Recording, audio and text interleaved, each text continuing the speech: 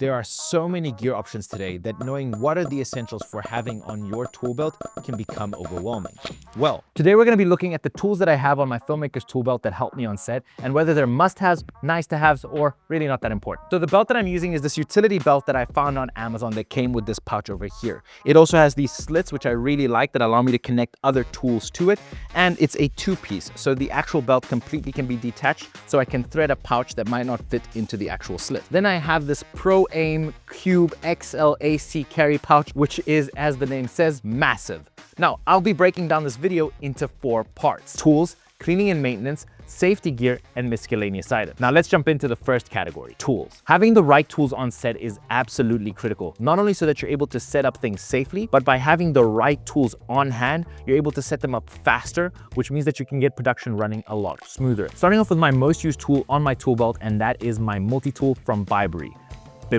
I don't know how you say it, but I absolutely love this thing. Now, when it came to buying a multi-tool, obviously, as the name suggests, they come with multiple different tools. But specifically, I was looking for my tool to have these 5 tools. If it had more, awesome. If it didn't, I couldn't care less. But the 5 tools that I was looking for were a pair of pliers, a Phillips and flathead screwdriver possibility, a knife, and a pair of scissors. And the reason why it was important to have those 5 tools specifically was because when I was starting on my belt, this was the very first tool that I bought for my belt. And if you're building out a belt for your first time, I would strongly encourage that you get a multi-tool as the first tool. And the second reason was, from being on set, I knew that these 5 tools were the ones that I was going to be most likely using on a daily basis. And so purchasing one tool gave me the ability to do 5 tasks. And so as a tool goes, this is an absolutely must have. The second tool is a set of Allen keys. Now I have SAE, metric, and torque, and I strongly encourage that when you buy your set of Allen keys, you get all 3 of them immediately. But it's an absolute must have to have a set of Allen keys because a lot of our tools that we're using these days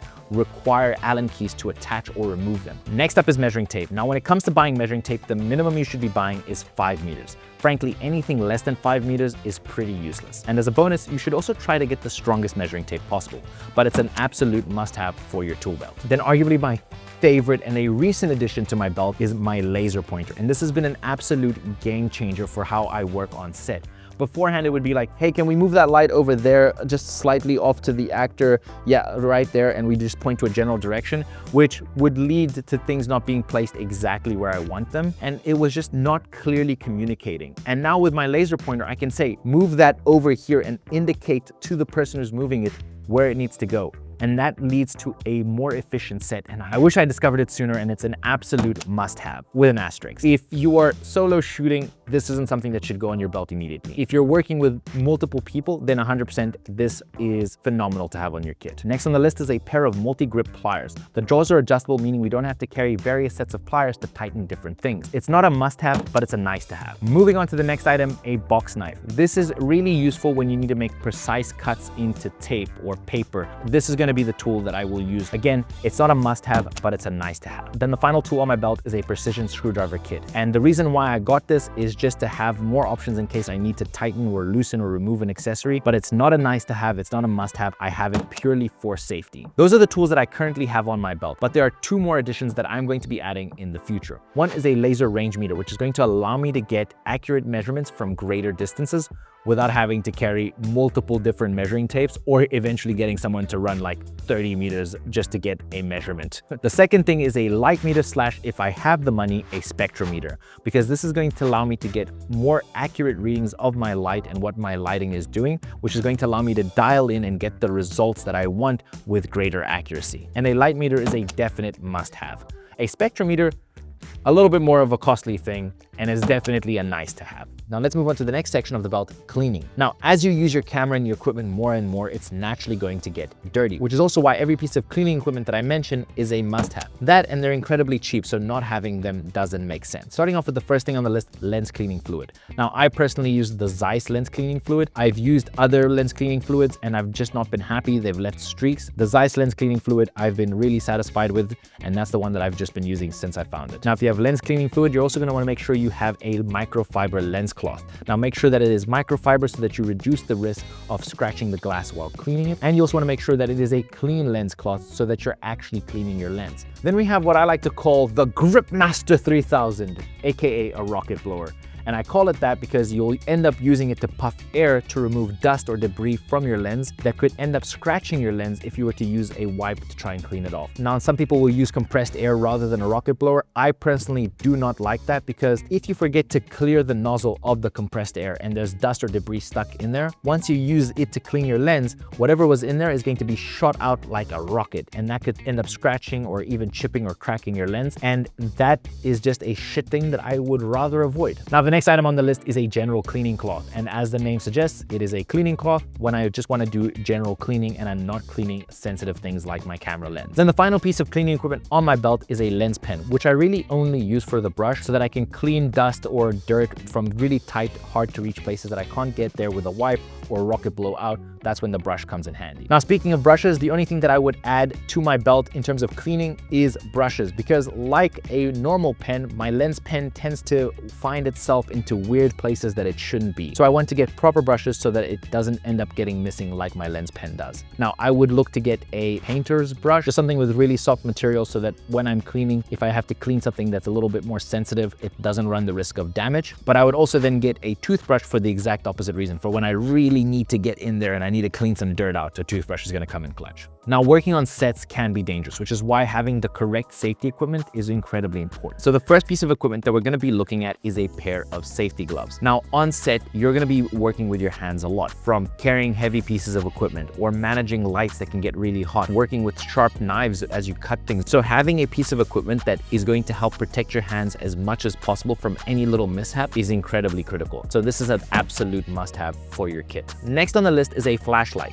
Now, if you're going to be working in a dark environment or working at night where visibility is going to be really low, this becomes an important safety tool so that you can actually move around the space and perform your job safely. Now, it lives in a weird hybrid. If you're doing a lot of daytime shoots and you're not really going onto nighttime set, then it's a definite nice to have for the kit. But if you know you're gonna have that job lined up that is gonna be a night shoot, it becomes a must-have. Now, extra stuff that I'm going to be adding onto my belt for safety, becomes very niche. I work a lot with lighting, so having something that protects your eyes while you're looking at the light is incredibly important. So I strongly suggest getting a arc welder's glass, and then you can use that, hold it up and see what the light is doing, and you can get an actual view of what the beam is doing without damaging your eyes. So it's a definite must-have if you work in lighting, but if you're not working with lights and you're not staring into them, it becomes a nice-to-have to basically not needed at all. Next on the list is a rain cover. Now, I suggest you get 2 rain covers. One for yourself so that if it starts raining, you don't get yourself drenched and soaked, which could lead to sickness. And the other one is for the camera so that you can wrap it around the camera and prevent it from getting damaged. It also lives in this weird nice-to-have, must-have sort of situation, because if you do a lot of shoots that are inside, it's a nice-to-have because it could start raining at any time and you don't want to walk to your car or get to those situations and then get soaked. So it's a nice to have. But if you do a lot of shoots outdoors where this becomes a bigger risk, then it's a definite must have for your kit. Moving on to the next item we have is a safety vest. This is going to be, again, a weird one that lives in a nice to have, must have situation. If you do a lot of shoots where you're in a public setting or you're doing a lot of shoots at night, having a safety vest is going to be really important so that people can always see you. And the more I think of it, actually, if you're doing a lot of indoor shoots and in studio shoots, it's not even really a nice to have. It's really not that necessary. So it's kind of low on the totem pole of things that you should be adding to your belt. Then the final item on the list is a headlight. Now, I had a flashlight, so I just added the flashlight to my kit. So I'm going to be upgrading to a headlight. But if you don't have a flashlight at all, I strongly encourage you just get a headlight straight away. And the reason why is when you use a flashlight, you have to hold it, which means that you only have one working hand compared to a headlight that sits on your head and allows you to have both hands. And now for the miscellaneous items, the random bits and bobs that live on my belt. Some of them which I use on a daily basis, and others have really saved my ass in a pinch. So let's quick fire through this list. Starting off with the first item, whiteboard markers. We constantly use it to mark up a slate, so it's a definite must-have. The second item is a Sharpie, constantly being used to make on-set labels. Next item is pens. People always need pens. People also always don't have pens. So if you're the person who has pens, you're gonna be seen as the person who's prepared, and that's always a positive. And they're super cheap to get. And so for those two reasons, pens are a must-have. Keeping in theme with pens, the next item is a small book, really useful to carry with you in case you need to jot down quick notes, things to remember, any specific measurements, having a small book is a lifesaver. And it looks more professional than pulling out your phone and jotting down, which people don't know if you're just being distracted or if you're actually working. So I like having a small book for those two reasons. Definite must-have.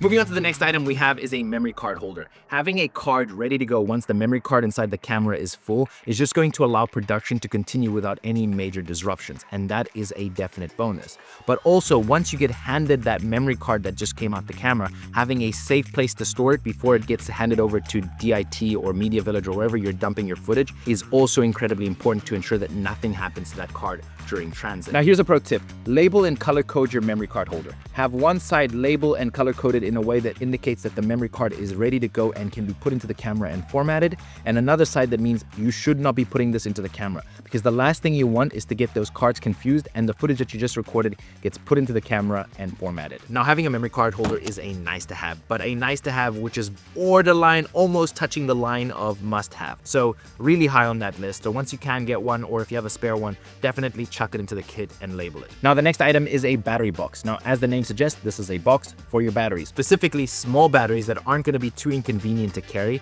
but are definitely a lifesaver to have right there and then without having to run around and go fetch them. Nothing big like a V-Lock battery or a giant NPF battery. Anything that's small and easy to carry, that goes in that box. The next item is a tape holder, and since I got my tape holder, I've absolutely loved it. It's made carrying and using tape so much easier. However, as much as I love it and as much as it's amazing, it's more of a nice to have, because if you don't have a tape holder, you can just use tape to make a DIY tape holder and it will work just as well. And when it comes to tape, I like to customize what's on my holder depending on what's going on in the set. So if I know I am shooting a day where there's going to be lots of different characters, I'll have lots of different colored tapes, and then I'll allocate an actor to a color, and then they'll know that that color is for them. If I'm shooting a little bit more of a VFX heavy thing, I'll have a lot more green and blue tape there because that's going to be more friendly to the VFX department. And it really just comes down to knowing what you're going to need on the day. But I strongly encourage getting paper, electrical, and gaff tape, as those are kind of the industry standard tapes that we use on a day-to-day basis. But anyway, thank you so much for watching. If you enjoyed this video, you know what to do. Until then, I'll see you on the next one. Goodbye.